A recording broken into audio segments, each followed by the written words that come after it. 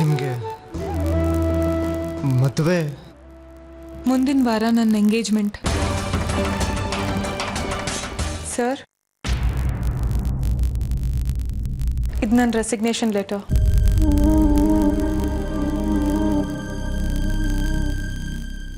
ಮಗಳ ಬದುಕು ಕಣ್ಣು ಮುಂದೆ ಹಾಳಾಗ್ತದೆ ಅನ್ನೋ ನೋವನ್ನು ಎದೆ ಒಳಗೆ ತುಂಬಿಕೊಂಡು ನಿನ್ನ ಕಳಿಸ್ಕೊಡ್ತೇನೆ. ಹೋಗಿ ಬಾ. ಪ್ರಪೋಸ್ ಮಾಡಿದ್ರೆ ಸರ್? ಅವಳಿಗೆ ಮದುವೆ ಗೊತ್ತಾಗಿದೆ, ಅಂದರೆ ಎಂಗೇಜ್ಮೆಂಟ್ ಫಿಕ್ಸ್ ಆಗಿದೆ. ಮತ್ತೆ ಯಾಕೆ ಮೊದಲೇ ಹೇಳಿಲ್ಲ ಅವಳು? ಬೇಕು ಅಂತಾನೆ ತಲೆ ಕೆಡ್ಸಕ್ಕೆ ಹುಡುಗಿರು ಹೀಗೆ ಮಾಡ್ತಾರೆ. ನಂದು ಅವಳಂತವಳಲ್ವೋ? ಅಲ್ಲ ಅಂದಮೇಲೆ ಹೀಗೆ ಯಾಕೆ ಮಾಡಬೇಕಿತ್ತು? ನಿಮ್ಗೆ ಗೊತ್ತಿಲ್ಲ ಸರ್, ಹುಡುಗಿರು ಮಹಾನ್ ಖತರ್ನಾಕು. ನಂದು ಪ್ಲೀಸ್, ನೀನೇ ಹೇಳ್ತಿದ್ದೆ ಅಲ್ವಾ, ನೋಡಕ್ಕೆ ಒಳ್ಳೆ ಥರ ಕಾಣ್ತಾಳೆ, ದುಡ್ಡಿಗೆ ಆಸೆ ಪಡಲ್ಲ, ಸಂಸ್ಕಾರ ಬಂತೆ ಅಂತೆಲ್ಲ ಹೇಳಿದ್ದೆ. ನೋಡೋಕ್ಕೂ ಹಾಗೆ ಇದ್ದಾಳೆ. ಆದ್ರೆ ಮದುವೆ ಫಿಕ್ಸ್ ಆದ್ಮೇಲೆ ಇನ್ನೊಬ್ಬ ಹುಡುಗನ ಮನಸ್ಸಲ್ಲಿ ಪ್ರೀತಿ ಪ್ರೇಮ ಯಾಕೆ ಬಿತ್ಬೇಕು? ಅವಳು ಮಾಡಿದಲ್ವಲ್ಲೋ, ನಾನ್ ತಾನೇ ಇಷ್ಟಪಟ್ಟಿದ್ದು.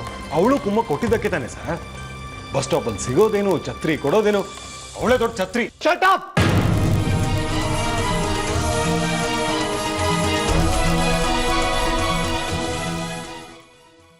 ಅವಳು ಯಾಕೆ ಸರ್ ನಿಮ್ಗೆ ಹೀಗೆ ಮೋಸ ಮಾಡಬೇಕಿತ್ತು? ನಿಮ್ಮನ್ನು ನೋಡಿದ್ರೆ ನನಗೆ ಸಂಕಟ ಆಗ್ತಾ ಇದೆ. ಅವಳು ಹೇಳಿರ್ತಾಳೆ ನನಗೂ ನಿಮ್ಮನ್ನು ಕಂಡ್ರೆ ಇಷ್ಟ, ಆದರೆ ಮನೇಲಿ ಮದುವೆ ಫಿಕ್ಸ್ ಮಾಡಿದ್ದಾರೆ ಅಂತ. ಸರ್, ಒಂದು ಐಡಿಯಾ ಹೇಳ. DDLJ ಸಿನಿಮಾ ಥರ ನೀವು ಅವಳನ್ನ ಮದುವೆ ಮನೆಯಿಂದ ಹಾರಿಸ್ಕೊಂಡು ಹೋಗಿ ಸರ್. ಜೊತೆಗೆ ನಾನು ಇರ್ತೀನಿ ನಿಮ್ಮ ಧೈರ್ಯಕ್ಕೆ, ಸಪೋರ್ಟ್ಗೆ.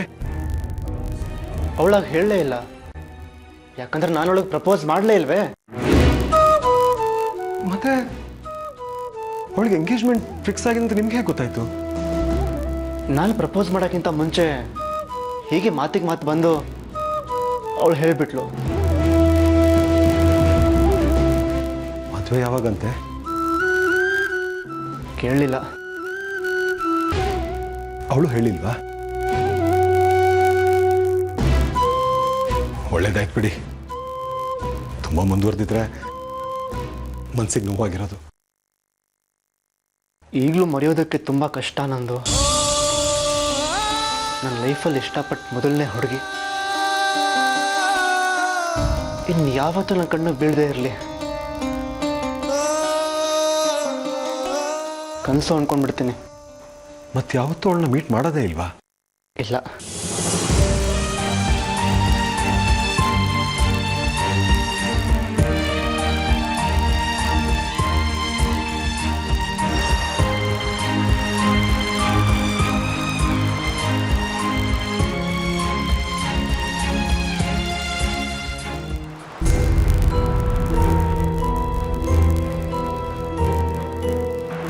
ಯಾಕೆ ಇನ್ನೂ ಬಂದಿಲ್ಲ?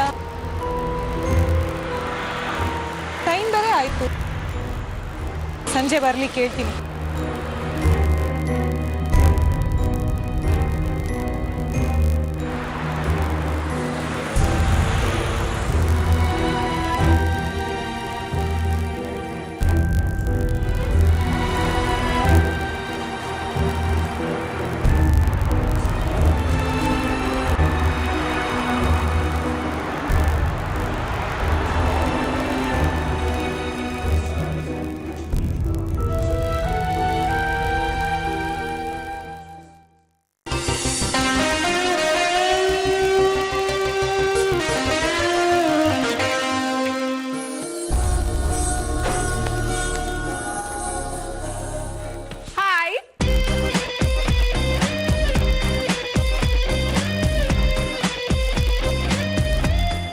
ಯಾಕೆ ಬಂದೆ ಅಂತ ಕೇಳಲ್ವಾ? ಹಲೋ, ಸಾರಿ ಕೇಳಕ್ಕೆ. First time in my life ನಾನು ಯಾರನ್ನೂ ಈ ಥರ ಸಾರಿ ಕೇಳ್ತಾ ಇರೋದು. ಆ್ಯಕ್ಚುಲಿ ಐ ಆಮ್ ಸಾರಿ. ನಾನು ಮೊನ್ನೆ ಸ್ವಲ್ಪ ಓವರ್ ರಿಯಾಕ್ಟ್ ಮಾಡ್ಬಿಟ್ಟೆ. ನಾನೇನು ಮಾಡಲಿ? ಜಗತ್ತಲ್ಲಿ ಇವತ್ತು ತನಕ ನಂಗೆ ಸಿಕ್ಕಿರೋರೆಲ್ಲ ನಾನು ಹೇಳೋ ಮಾತು ಕೇಳಿದ್ದಾರೆ, ನಾನು ಹಾಕೋ ತಾಳಕ್ಕೆ ಕುಣಿದಿದ್ದಾರೆ. You are not like that. You different. And that's the reason I fell in love with you. Yes I love you. Excuse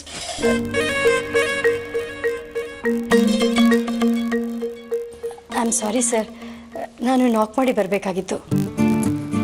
Sudha madam please ನಿಂತ್ಕೊಳ್ಳಿ. ಆ್ಯಕ್ಚುಲಿ ಅಂಥದ್ದೇನೂ ಇಲ್ಲ. ಐ ಮೀನ್ ಬನ್ನಿ ಸುಧಾ ಅವರೇ, ನಾನು ಹೊರಟೆ. ನಾನು ಬಂದ ಕೆಲಸ ಆಯಿತು. Thank you so much for everything Shri. ನಾನು ಕೇಳಿದ್ದಕ್ಕೆ ನೀವೇನು ಹೇಳಲೇ ಇಲ್ಲ. Will you please go now Kalyani? My name sound so sweet. ನನಗೆ ಗೊತ್ತಿರಲಿಲ್ಲ. Anyway bye.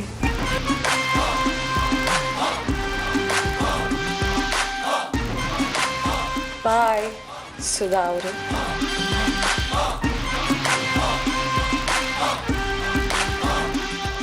I am sorry. ಹೇಳಿ ಸುಧಾ ಮೇಡಮ್. ಸಾರಿ ಸರ್, ಇದಕ್ಕೆ ನಿಮ್ಮ ಸೈನ್ ಬೇಕಾಗಿತ್ತು, ಅದಕ್ಕೆ ಬಂದೆ. ಕೊಡಿ. I am sorry. It's okay. Anything else? Nothing sir.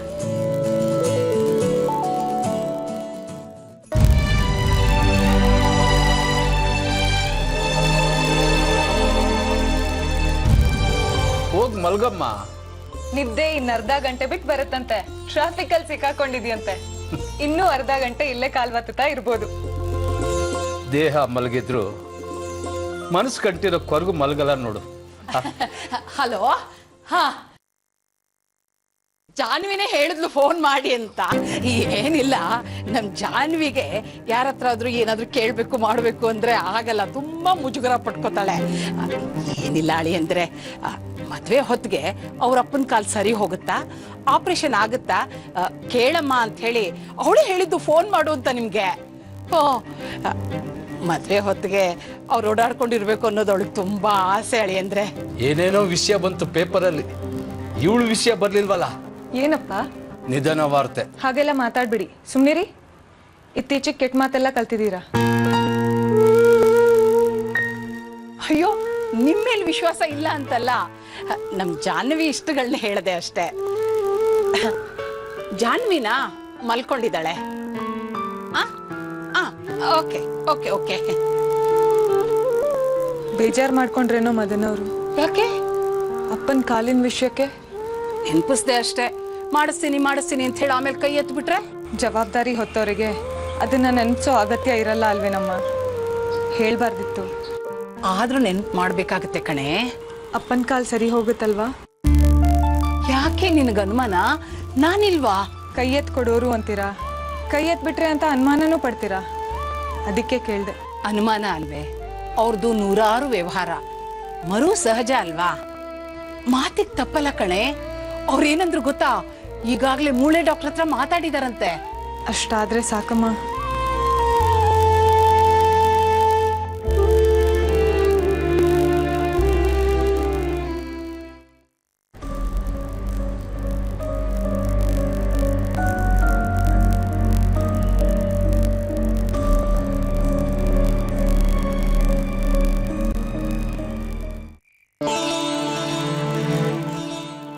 ಯಾಕೆ ಶ್ರೀ, ನಿದ್ದೆ ಬರಲಿಲ್ವಾ? ಅದು ಅಲ್ವೋ, ಈಗಲೂ ಕೆಲಸ ಮಾಡ್ತಿದ್ಯಲ್ವೋ, ಸ್ವಲ್ಪ ಚೆನ್ನಾಗಿ ರೆಸ್ಟ್ ತಗೋಬಾರ್ದಾ? ಇಲ್ಲ ಲಲಿತಾ ಮಾಮ್, ಇನ್ನೂ ನಿದ್ದೆ ಬಂದಿಲ್ಲ. ಯಾಕೆ ನಿದ್ದೆ ಬರಲಿಲ್ಲ? ಇವತ್ತು ಅಮ್ಮ ಅಕ್ಕ ಹೇಳ್ತಾ ಇದ್ರು, ಸಂಜೆಯಿಂದ ನೀನು ಯಾಕೋ ತುಂಬ ಡಲ್ ಆಗಿದೆಯಾ ಅಂತ. ಹಾಗಂತ ಅವ್ರು ಹೇಳಿ ಕಳ್ಸಿದ್ರ? ಇಲ್ಲ, ನಾನೇ ಕೇಳ್ತಾ ಇದ್ದೀನಿ, ಏನಾಯ್ತು? ನಂದಿರ್ಲಿ, ನೀವ್ಯಾಕೆ ಇನ್ನೂ ಮಲಗಿಲ್ಲ?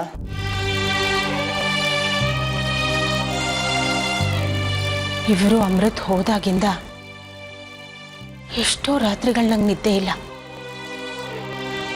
ಇದೊಂದು ಸಮಯ ನನಗೆ ಸಿಗುತ್ತೆ ಅವ್ರ ಜೊತೆ ಕಳೆಯೋದಕ್ಕೆ.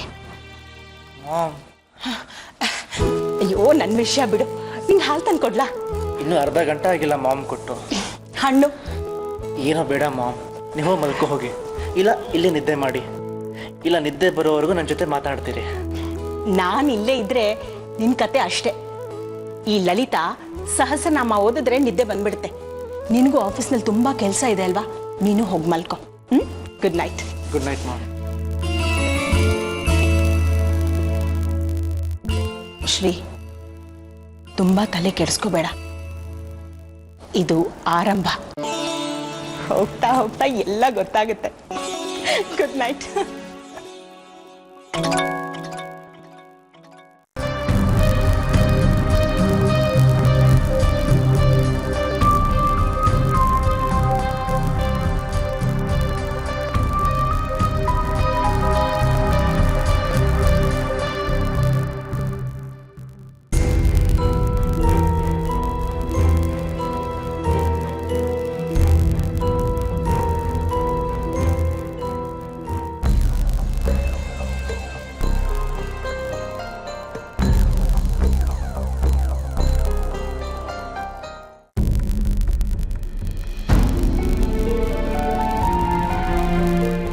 ಶ್ರೀ, ನೀನೇನೋ ಇಲ್ಲಿ?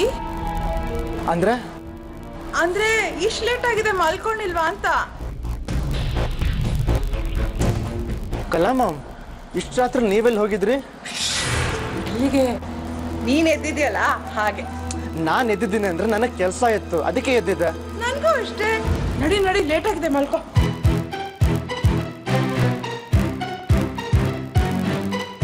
ಇಷ್ಟು ರಾತ್ರಿ ಎಲ್ಲಿ ಹೋಗಿದ್ರಿ? ಅಯ್ಯೋ, ನೀನ್ ಹೋಗಿ ಮಲ್ಕೋಪ್ಪ. ಇಷ್ಟೊತ್ತಿನಲ್ಲಿ ಹೊರಗಡೆ ಏನು ಕೆಲಸ ಇತ್ತು ಅಂದೆ. ಅದು ಅದು ಮರ್ತೋಯ್ತು. ಕಲಾ ಮ್ಯಾಮ್, ತಮಾಷೆ ಬೇಡ. ತಮಾಷೆ ಏನ್ ಬಂತು?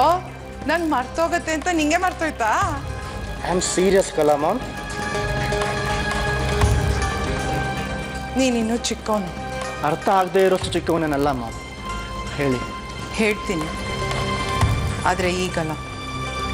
ಸಮಯ ಬಂದಾಗ ನಾನೇ ನಿನಗೆ ಹೇಳ್ತೀನಿ. ಮಾಮ್, ಹೀಗಿದನ್ನ ಮುಂದುವರ್ಸೋದು ಬೇಡ ಪ್ಲೀಸ್.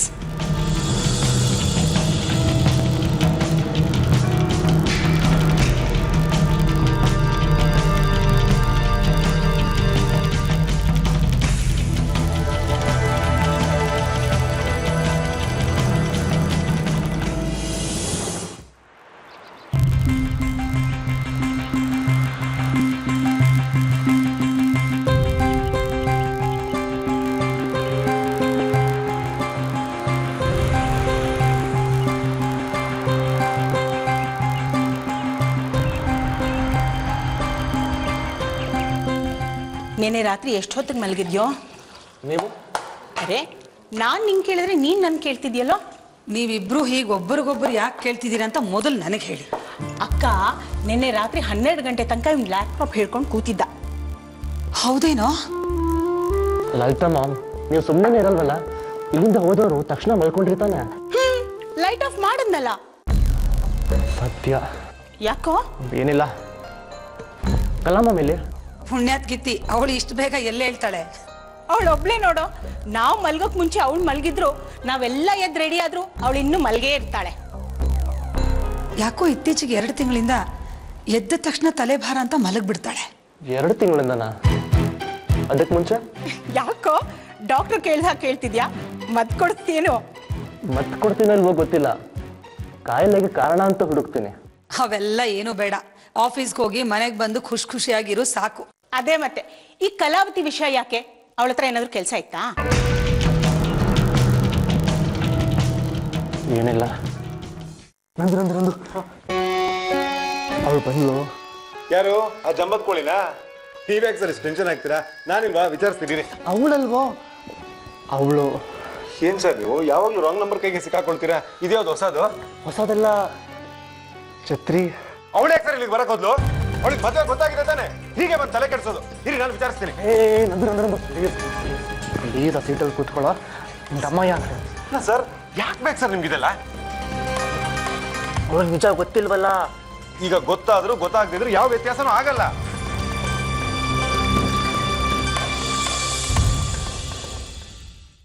ನೀವು ಈಗಲೂ ಅವಳನ್ನು ಪ್ರೀತಿಸ್ತಾ ಇದ್ದೀರಾ? ಬಿಟ್ಬಿಡಿ ಸರ್.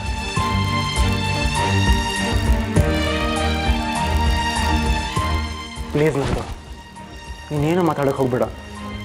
ಸುಮ್ಮನೆ ಎಲ್ಲ ಕೂತ್ಕೊಂಡ್ಬಿಡು ಅಷ್ಟೆ. ಅವಳನ್ನ ಮತ್ತೆ ಮೀಟ್ ಮಾಡಲ್ಲ ಅಂದಿದ್ರಿ? ಅವಳಾಗೆ ಬಂದಿದ್ದಾಳೆ, ಅವಾಯ್ಡ್ ಮಾಡೋಕ್ಕಾಗತ್ತಾ? ನಿಜ ಗೊತ್ತಾಗ್ಲಿ ಬಿಡಿ ಸರ್. ಸುಳ್ಳು ಹೇಳಿದೆ ಅಂತ ನನ್ನ ಬಗ್ಗೆ ಜಿಗುಪ್ಸೆ ಪಡಲ್ವ ಅವಳು? ದಯವಿಟ್ಟು ಏನೂ ಮಾತಾಡಬೇಡ. ಅವಳು ಹೋದ್ಮೇಲೆ ಮಾತಾಡೋಣ ಪ್ಲೀಸ್.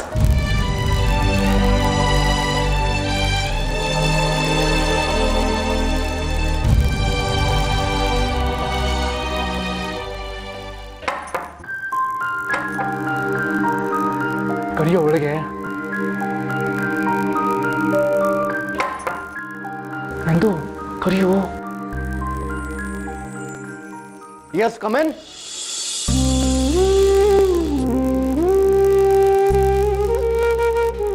ಒಳಗೆ ಕರಿಯೋ. Hello sir. ಬಾ ಬಾ ಒಳಗೆ.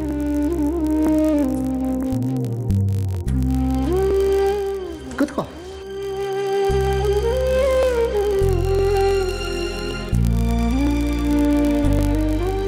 ಸಾರಿ, ಅದು ಟೆನ್ಷನ್ಲಿದ್ದಾರೆ ಅದಕ್ಕೆ.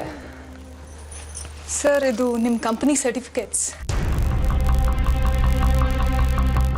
ಈ ಸರ್ಟಿಫಿಕೇಟ್ಸ್ ರಿಸೀವ್ ಮಾಡಿದ್ದೀರಾ ಅಂತ ಈ ರಿಜಿಸ್ಟರ್ ಒಂದು ಸಿಗ್ನೇಚರ್ ಬೇಕಿತ್ತು ಸರ್. ನಾನು ಮಾಡಲ್ಲ, ನೀವೇ ಮಾಡಿ ಸರ್. ನಾನಾ? ಅದು ಅವ್ರು ಇಲ್ಲದೆ ಇದ್ದಾಗ ಅವ್ರ ಕೆಲಸ ಎಲ್ಲ ನಾನೇ ಮಾಡ್ತೀನಿ ನೋಡಿ, ಅದಕ್ಕೆ. ನಿಮ್ಮ ಸೈಡ್ ನಾನು ಮಾಡೋಕ್ಕಾಗಲ್ಲ ಸರ್. ಇವನು ತುಂಬ ಒಳ್ಳೆ ಹುಡುಗ, ಯಾವ ಕೆಟ್ಟ ಅಭ್ಯಾಸನೂ ಇಲ್ಲ, ಮನಸ್ಸು ತುಂಬ ಒಳ್ಳೇದು. Sign sir. ಹಾಕಲ್ಲ. ಅದು ಬಾ, ನಾವು ಹೊರಗಡೆ ಇರೋಣ. ಅವರು ಸೈನ್ ಮಾಡಿ ಫೈಲ ಕಳಿಸ್ಕೊಡ್ತಾರೆ ಅಲ್ವಾ ಸರ್?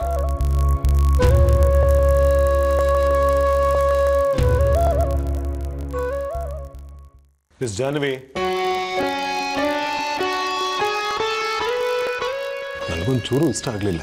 ಸಾರಿ ಸರ್, ರಿಜಿಸ್ಟರ್ನ ನಿಮ್ಮ PA ಹತ್ರನೇ ಕಳಿಸ್ಬೇಕಿತ್ತು, ನಾನೇ ನೇರವಾಗಿ ಬಂದ್ಬಿಟ್ಟೆ. ಸಾರಿ. ಅದಲ್ಲ, ನೀವು ಮದುವೆ ಆಗ್ತಿದ್ದೀರಂತೆ, ನನಗೆ ಸ್ವಲ್ಪ ಇಷ್ಟ ಆಗಲಿಲ್ಲ. ಅದು ಕರಿಯರ್ ಓರಿಯೆಂಟೆಡ್ ಹುಡುಗಿರು, ತುಂಬ ಚೆನ್ನಾಗಿ ಕೆಲಸ ಮಾಡೋರು, ಮದುವೆ ಆದ್ಮೇಲೆ ಕೆಲಸದಲ್ಲಿ ಮುಂದುವರೆಯಲ್ಲ ಅಲ್ವಾ, ಆ ಬೇಜಾರಿಂದ ಈ ಮಾತು ಹೇಳ್ತಿದ್ದಾರೆ ಅಲ್ವಾ ಸರ್? ನೀವು ಹೊರಗಡೆ ಇರು, ನಾನು ಬಂದ್ಬಿಟ್ಟೆ.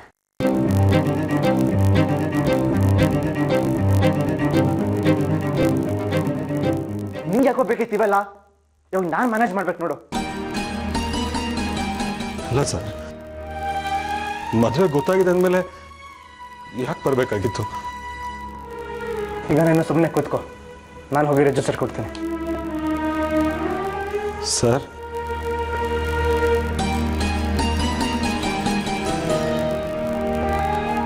ಆ ಹುಡುಗಿ ಅವಳ ಮದುವೆ ನಿರ್ಧಾರನ ಬದಲಾಯಿಸ್ತಾಳ?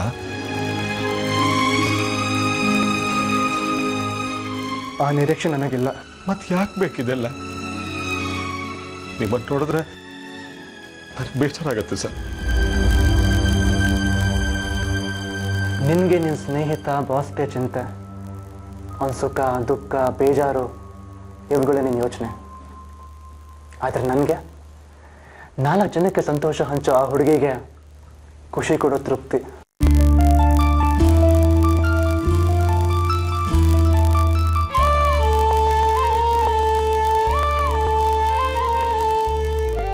ಸಿಗ್ನೇಚರ್ ಆಯ್ತಾ? ಹಾಂ ಆಯಿತು. ಸಾರಿ, ನಮ್ಮ ಬಾಸು. ನಿಮ್ಮ ಬಾಸ್ ಮಾಡೋದಕ್ಕೆ ನೀವ್ಯಾಕೆ ಸಾರಿ ಕೇಳ್ತೀರಾ? ಆದರೆ ಒಂದು ಅರ್ಥ ಆಗಲಿಲ್ಲ, ನನ್ನ ಮದುವೆ ವಿಚಾರ ನೀವು ಬಾಸಿಗೆ ಯಾಕೆ ಹೇಳಿದ್ರಿ? ಹೇಳಿದ್ರು ಅವ್ರು ಯಾಕೆ ಬೇಜಾರು ಮಾಡ್ಕೋಬೇಕು? ತೀರಾ ಅತಿ ಆಯ್ತಪ್ಪ. ಅವ್ರು ಹಾಗೆ ಸ್ವಲ್ಪ ವಿಚಿತ್ರನೇ. ಅವರಲ್ಲ ವಿಚಿತ್ರ, ನೀವು. ನನ್ನ ಮದುವೆ ವಿಚಾರ ಊರಿಗೆಲ್ಲ ಡಂಗುರ ಮಾಡ್ಕೊಂಡು ಬಂದಿದ್ರ. ನಾನಿನ್ನೂ ನಮ್ಮ ಬ್ಯಾಂಕಲ್ಲೇ ಹೇಳಿಲ್ಲ, ಗೊತ್ತಾ? ಅದ್ರಲ್ಲಿ ಮುಚ್ಚಿಡೋದೇನಿದೆ? ಹೌದು, ನೀವು ಯಾಕೆ 3-4 ದಿನದಿಂದ ಬಸ್ ಸ್ಟಾಪಿಗೆ ಬಂದಿಲ್ಲ? ಆಟೋದಲ್ಲಿ ಓಡಾಡ್ತಿದ್ದೆ. ಅಯ್ಯೋ ಅಯ್ಯೋ, 75 ರೂಪಾಯಿ ಒನ್ ವೇಗೆ, ಅಂದರೆ 150 × 4 600 ರೂಪಾಯಿ. ಅಷ್ಟೊಂದು ಆಟೋಗೆ ಸುರಿದಿದ್ದೀರಾ, ತಲೆ ಕೆಟ್ಟಿದ್ಯಾ ನಿಮಗೆ? ಆಫೀಸ್ನಲ್ಲಿ ವಿಪರೀತ ಕೆಲಸ, ಅಕೌಂಟ್ ಕ್ಲೋಸಿಂಗ್ ಟೈಮ್ ಅಲ್ವಾ? ಅನ್ಕೊಂಡೆ. ಇನ್ನೊಂದು ಭಯ ಏನಾಗಿತ್ತು ಗೊತ್ತಾ? ನೀವೆಲ್ಲಿ ಹುಷಾರ್ ತಪ್ಪಿಟ್ಟಿದ್ದೀರೋ ಅಂತ ಅನ್ಸಿತ್ತು, ಅದಕ್ಕೆ ಹುಡ್ಕೊಂಡು ಬಂದೆ. ಆ್ಯಕ್ಚುಲಿ ಈ ಸರ್ಟಿಫಿಕೇಟ್ ಎಲ್ಲ ಒಂದು ನೆಪ ಅಷ್ಟೆ. ಹೇ, ನಿಮ್ಮ ಆಟೋ ಫೇರ್ನ ಆಫೀಸ್ ಅವರೇ ಕೊಡ್ತಿದ್ದಾರೆ ತಾನೆ? ಕೊಡ್ಲೇಬೇಕು. ಆದರೂ ಅವ್ರು ಕೊಟ್ಟಿದ್ದನ್ನೆಲ್ಲ ಖರ್ಚು ಮಾಡಬೇಕು ಅಂತ ಇಲ್ಲ ತಾನೆ? ಸ್ವಲ್ಪ ಉಳಿಸ್ಬೋದಲ್ಲ, ಅಟ್ಲೀಸ್ಟ್ ಒಂದು ಛತ್ರಿ ತಗೊಳ್ಳೋಷ್ಟಾದ್ರು. ಇಷ್ಟೆಷ್ಟೇ ಉಳಿಸಿದ್ರೆ ಒಂದು 2 ವೀಲರ್ ಡೌನ್ ಪೇಮೆಂಟಿಗೆ ಆಗುತ್ತೆ. ನಾನು ಹೇಳೋದು ಕೇಳಿ, ಇನ್ಮೇಲೆ ಬಸ್ನಲ್ಲೇ ಓಡಾಡಿ ಏನು? ಸರಿ ಸರಿ, ಸಂಜೆ ಬಸ್ ಸ್ಟಾಪ್ನಲ್ಲಿ ಸಿಗ್ತೀನಿ. ಬ್ಯಾಂಕಲ್ಲಿ ತುಂಬ ಕೆಲಸ ಇದೆ, ನಿಮ್ಮನ್ನು ನೋಡೋಣ ಅಂತಲೇ ಬಂದೆ. ಬರಲಾ? ಬಾಯ್